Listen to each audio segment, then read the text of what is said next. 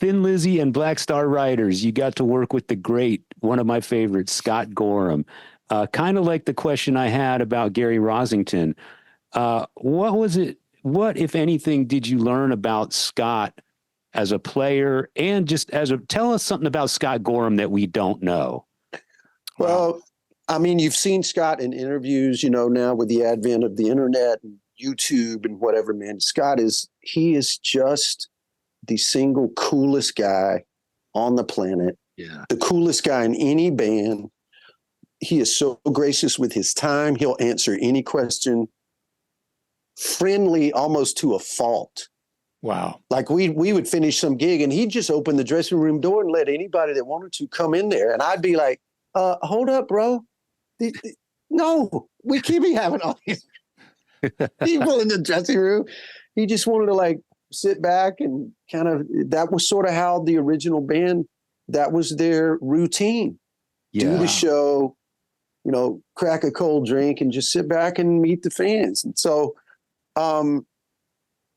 it's not an accident that Scott was a constant in Thin Lizzy for all those amazing records from Nightlife till the very end, with Thunder and Lightning. Yeah. So if you think about it, man, in that time period, his guitar sidekicks were Brian Robertson, Gary Moore, Snowy White, John Sykes, all amazing, mammoth talents, man. Amazing guitar players. I want to do a cartwheel just when you say those names. Yeah. Yeah. I can't do a cartwheel until I hear those names.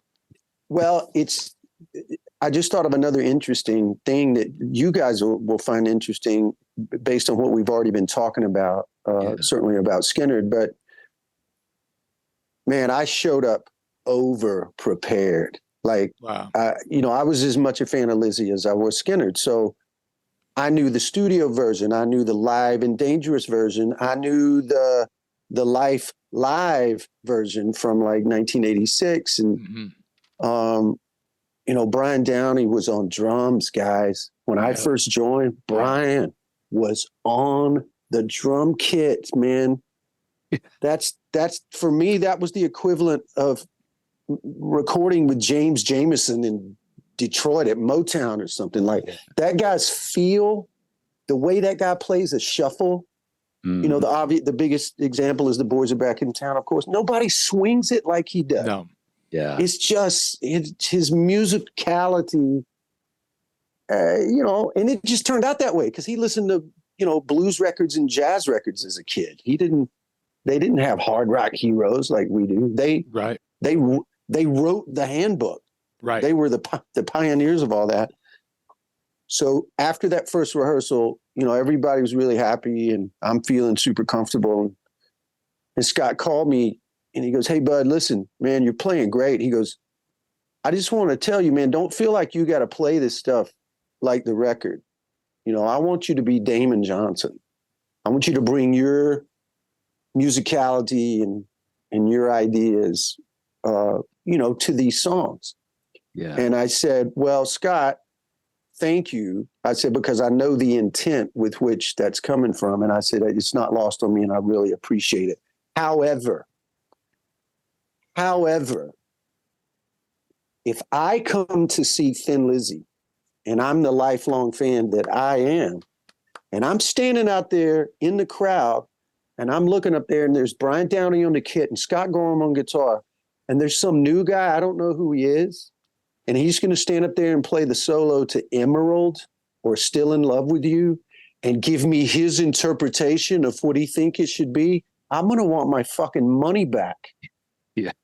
I don't give a shit what this guy, how good he is or what he thinks should have been played. I want to hear that fucking Brian Robertson solo like I grew up on, like I listened to on an 8-track tape in my dad's Mercury Comet, driving me to school, whatever.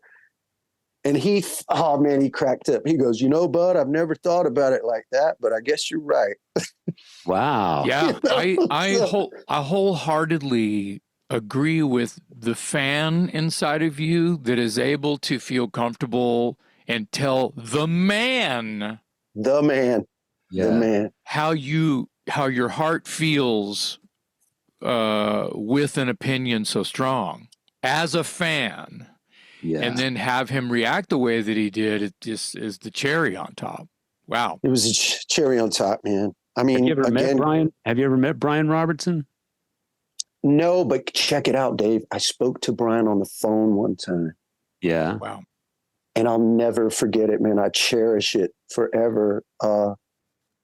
There was a mutual friend that we had, and that friend came to a show and he said, "Hey, man, you want to talk to Brian?" I said, "You fucking A right. I want to talk to Brian. That's incredible."